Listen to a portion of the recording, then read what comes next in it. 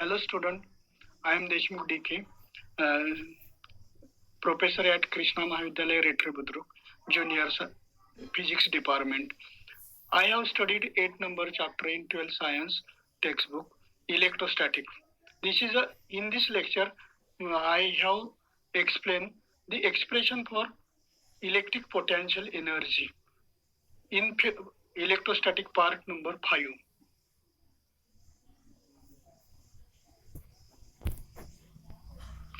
आज आपण expression for potential एनर्जीचं equation आपण इथं डिराईव्ह करतोय. तर बघा याच्यामध्ये खाली आपण जी डायग्राम दाखवलेली आहे फॉलोइंग डायग्राम मध्ये जे आहे let us we can consider at point O there is a plus capital Q charge which is situated which is a point charge and other unit positive charge plus q0 is situated at point A. Then this point unit positive charge at point A, there is a force which is directed away from a point charge unit positive charge plus q0 which is a repulsive force Fe bar which is away from a plus q0. Then this unit positive charge plus q0 is moved towards a point charge capital Q from point A to point B. Then from point O to point A there is a r1 distance and point O to point B there is a r2 distance and there must be a point and B point.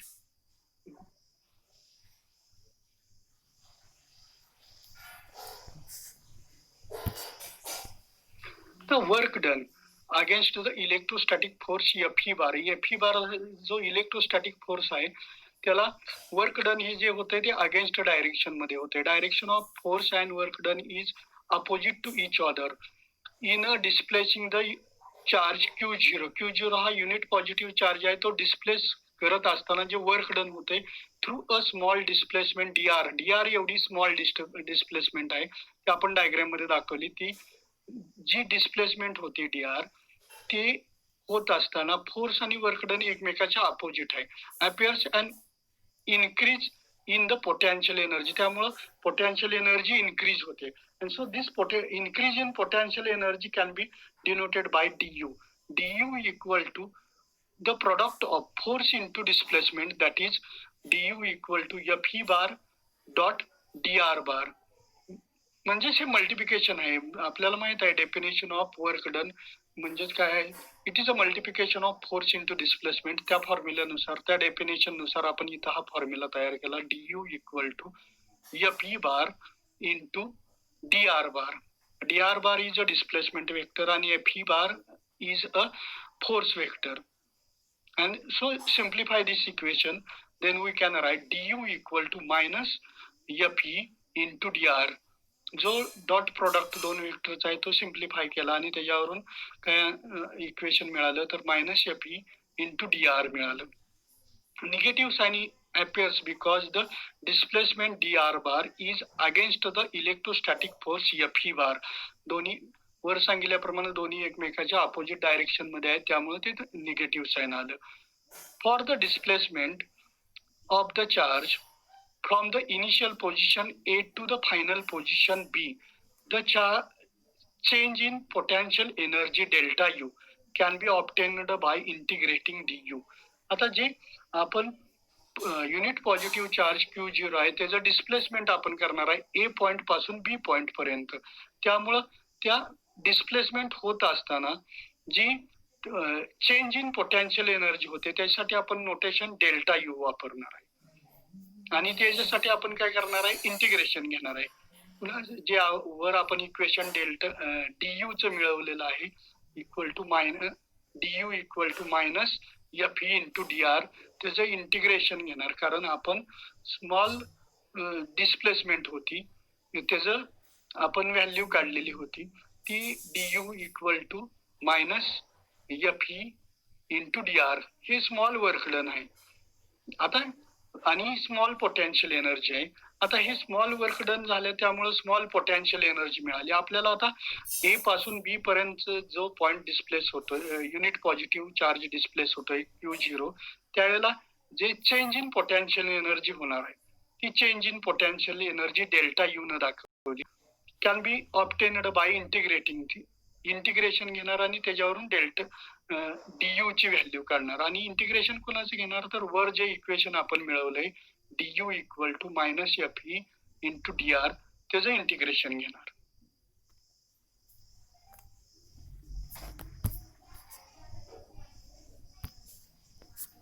आता आपण वर जे in previous step we explain integration delta u, value of delta u can be obtained by integrating value of du. So in this way we can write therefore delta u equal to finite integral integral runs from r1 to r2 delta u equal to delta u ची value इथे substitute केली then we can write du ची value substitute केली so we can write delta u equal to integration runs from r1 to r2 minus fe bar into dr bar. आता जी du ची वर value काढलेली होती तीच इथं आपण सबस्टिट्यूट केली आणि त्याचं इंटिग्रेशन घेणार. आता बघा the electrostatic force that is Coulombian force between the two charges separated by a distance r is. आता आपल्याला माहित आहे कुलोम्स लॉ जो 11th स्टँडर्ड मध्ये आपण शिकलेलो होतो त्याचा मॅथमॅटिकल फॉर्म्युला माहित आहे. दोन चार्ज जे सेपरेट आहेत Q आणि Q0 स्मॉल r एवढ्या डिस्टन्स वरती आहेत तर त्याच्यासाठी आपण फॉर्म्युला जो फोर्स कुलोम्बियन फोर्स असतो त्यालाच आपण कुलोम्बियन फोर्स म्हणतो. त्या कुलोम्बियन फोर्सची व्हॅल्यू आपण 11th स्टँडर्ड मध्येच बघितली. Electrostatic force that is Fe bar equal to in vectorial form मध्ये आपण इक्वेशन लिहूया पहिल्यांदा. therefore Fe bar equal to minus into bracket 1/4 pi epsilon 0 into Q capital Q into Q0 upon R square into R cap. हे R cap is the unit vector in the direction of R bar. R bar च्या दिशेने जी unit vector आहे त्याची direction दाखवली. Negative sign shows that R bar and Fe bar are opposite direction मध्ये आहेत. कोण R आणि Fe. आर बार आणि Fe बार हे एकमेकाच्या अपोजिट डायरेक्शन मध्ये असल्यामुळे इथं निगेटिव्ह साइन आलेला आहे. ही व्हॅल्यू आपण वर अबाव इक्वेशन मध्ये सबस्टिट्यूट करणार आणि सिम्प्लिफाय इक्वेशन करणार.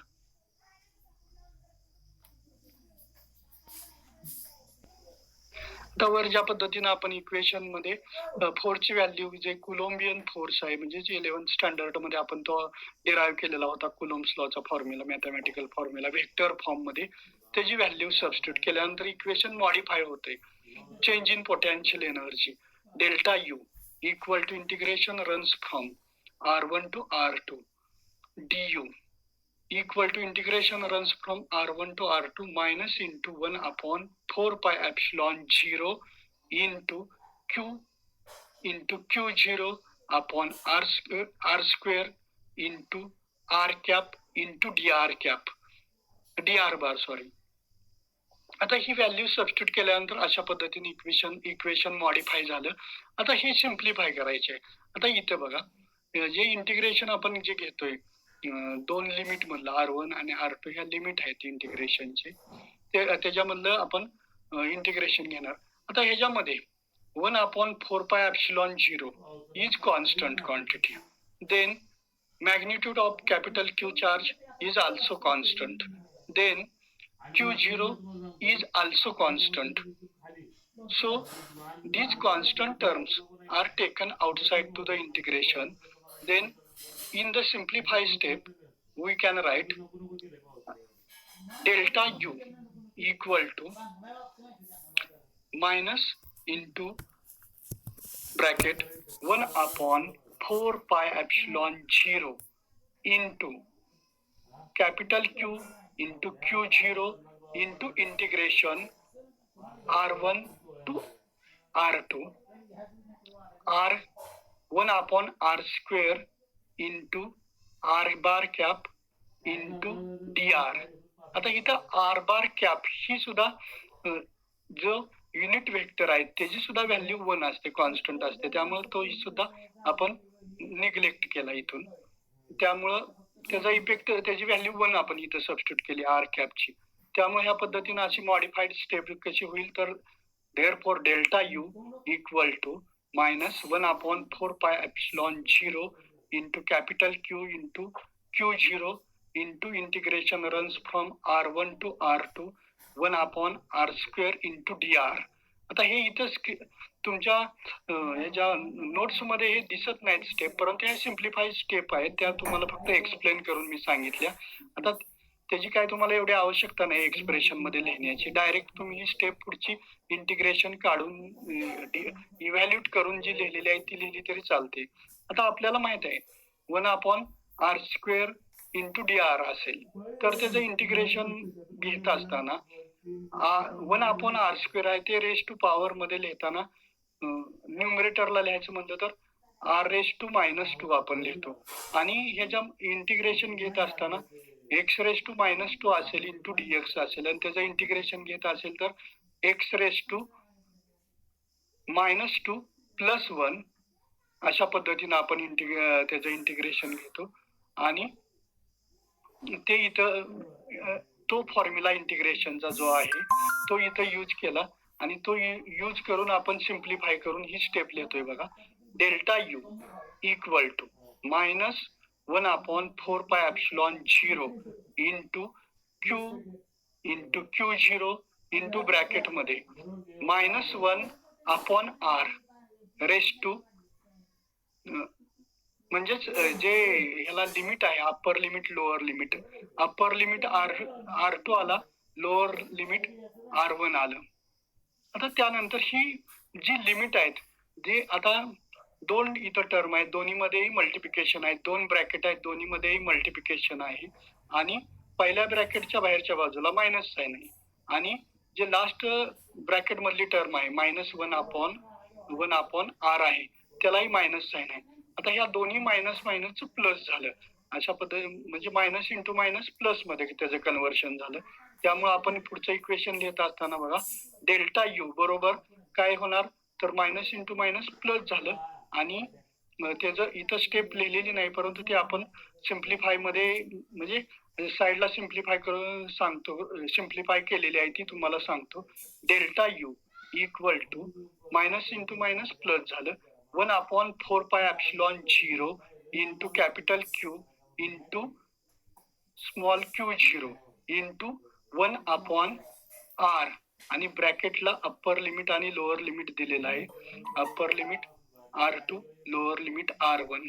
आता फायनाईट इंटिग्रेशनची व्हॅल्यू अशा पद्धतीने जो फॉर्म्युला इन्फिनाइटचा आहे तोच फॉर्म्युला फायनाईट इंटिग्रेशन साठी असतो, फक्त अप्पर लिमिट मधून लोअर लिमिट जे व्हेरिएबल टर्म आर आहे तिथं सबस्टिट्यूट करायचे अप्पर लिमिट आणि लोअर लिमिट, आणि त्याच्यामध्ये सबस्ट्रॅक्शन करायची. त्यामुळं नेक्स्ट स्टेपला अशा पद्धतीने सिम्प्लिफाय होऊन इक्वेशन येईल. therefore delta U equal to 1/4π∈0 into capital Q into Q0 into bracket 1/r2 minus 1/r1 हे इक्वेशन मिळालं. आणि हे कुणाचं मिळालं तर चेंज इन पोटेन्शियल एनर्जी. कोणत्या ठिकाणची चेंज इन पोटेन्शियल एनर्जी आहे तर प्लस Q0 चार्ज आहे तो डिस्प्लेस होतोय, पॉइंट ए पासून पॉइंट बी पर्यंतचा डिस्प्लेसमेंट होत असताना जी पोटेन्शियल एनर्जी मध्ये चेंज होतोय त्याची व्हॅल्यू आहे. आता ही depends upon the end point and is independent of the actual path taken by the charge. जो चार्ज ने ऍक्च्युअल पार्ट टेकन केलाय, कव्हर केलाय, त्याच्यावरती तो डिपेंडंट नसतो, म्हणजे पोटेन्शियल एनर्जी डिपेंडंट नसते, तर ती डिपेंड्स आहेत एंड पॉइंट जे आहेत ए पॉइंट आणि बी पॉइंट, ह्या एंड पॉइंटच्या ह्याच्यावरती डिपेंड्स असते. The change in potential energy is equal to work done W, work done WAB. AB ह्या दोन पॉइंट मध्ये जो प्लस Q0 चार्ज आहे तो जो डिस्प्लेस होत असताना जे वर्क डन आहे त्याला इक्वल कोण आहे तर चेंज इन पोटेन्शियल एनर्जी आहे. म्हणजे potential change in potential energy is directly proportional to work done, and which is against the electrostatic force. आणि तो कुणाच्या ती वर्क डन किंवा ती चेंज इन पोटेन्शियल एनर्जी कुणाच्या अगेन्स्ट आहे, तर इलेक्ट्रोस्टॅटिक फोर्सच्या अगेन्स्ट. त्यामुळे जे वर आपण अबाव इक्वेशन आहे तेच in terms of work done मध्ये कन्वर्ट करायचं म्हटलं तर अशा पद्धतीने कन्वर्ट करता येईल बघा, दाखवतो. WAB म्हणजेच work done at point A to B equal to delta U, that is change in potential energy at point A to B, equal to 1 upon 4 pi epsilon 0 into Q into Q0 into bracket 1 upon R2 minus 1 upon R1. अशा पद्धतीने हे equation मिळालं आपल्याला. आता वर जे आपण equation मिळालेलं आहे, आता हे equation small R equal to infinity जर असेल तर असे हे म्हणजे ज्या केसेस असतील, म्हणजे R1 जर इन्फिनिटी असेल आणि R2 जर स्मॉल आर असेल तर ह्याच्यामध्ये कन्व्हर्शन केल्यानंतर कशा पद्धतीने होईल त्याचंही आपण ह्या पद्धतीनं कन्व्हर्शन करूया इलेक्ट्रिक पोटेन्शियल एनर्जीचं for the system of charges. म्हणजे आपण इन जनरल जर हे इक्वेशन आपल्याला जर कन्वर्ट करायचं म्हणलं, आता जनरली आपण R1 आणि R2 मधलं इक्वेशन मिळवलेलं आहे वर, परंतु इन जनरल टर्म्स मध्ये आपल्याला हे एक्सप्लेनेशन इक्वेशन ऑब्टेन करायचं असेल, मिळवायचं असेल पोटेन्शियल एनर्जीचं, तर ते कशा पद्धतीने कन्व्हर्शन करता येईल तेही बघूया.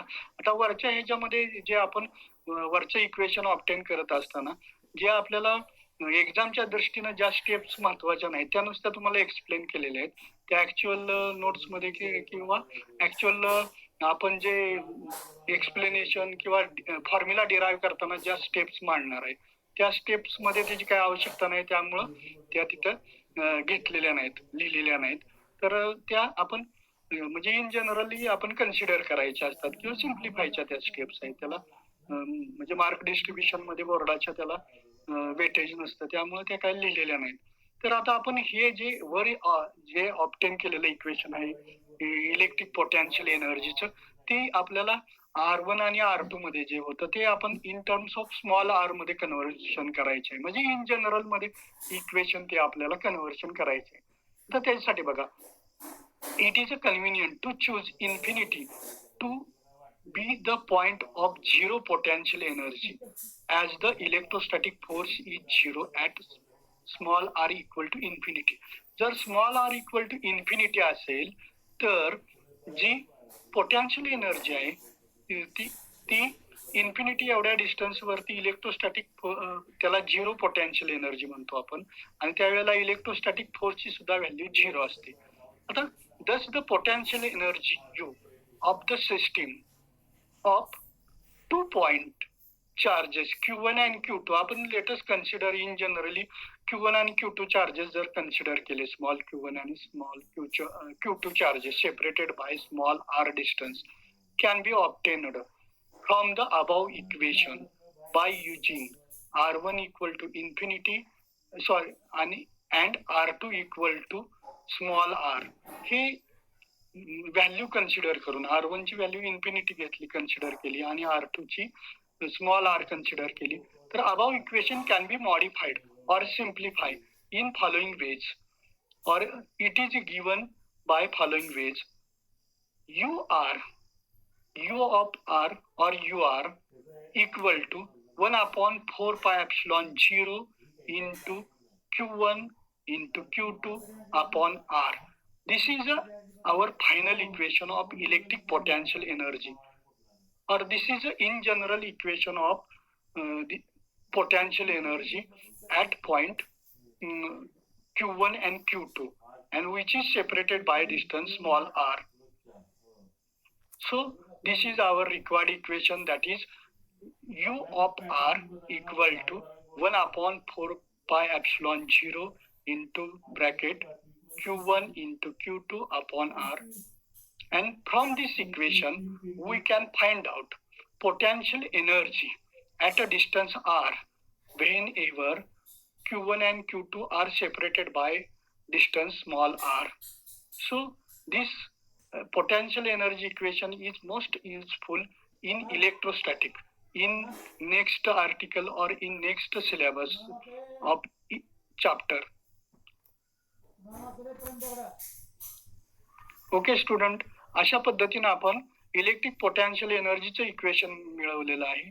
आता हे जरा सिम्प्लिफाय म्हणजे अंडरस्टँडिंगला जरा हार्ड आहे, म्हणजे इथं आपण इंटिग्रेशनचा पार्ट घेतोय वगैरे, परंतु आता हे 11वी मध्ये मॅथमॅटिक्स मध्ये तुम्हाला इंटिग्रेशन झालंय किंवा फिजिक्स मध्ये म्हणजे बऱ्याच इक्वेशन मध्ये इलेक्ट्रोस्टॅटिकच्या चॅप्टरच्या 11वीच्या इंटिग्रेशनचा पार्ट झालाय. आता इथं आपल्याला लिमिट असलेली R1 आणि R2 लिमिट असलेली इंटिग्रेशनचा पार्ट घेतला आणि त्याच्यावरून सिम्प्लिफाय करून आपण इलेक्ट्रिक पोटेन्शियल एनर्जीचं जनरल इक्वेशन मिळवलं. आता जनरल इक्वेशन मिळवत असताना मॅथमॅटिकल पार्ट आहे तो तुम्हाला मी जेवढा शक्य होईल तेवढा एक्सप्लेन करून सांगितलाय. जी ऍक्च्युअल आपल्याला आन्सर मध्ये गरज नाही, लिहिण्याची गरज नाही, परंतु तो मॅथमॅटिकली म्हणजे तुम्हाला अंडरस्टँडिंग साठी पार्ट सांगितलाय. त्या सर्वांचे व्यवस्थित तुम्ही अंडरस्टँडिंग करा. त्याचबरोबर बोर्ड टेक्स्टबुक सुद्धा रेफर करा आणि त्याच्यातलाही हा पॉइंट तुम्ही रेफर करा. Okay, thank you.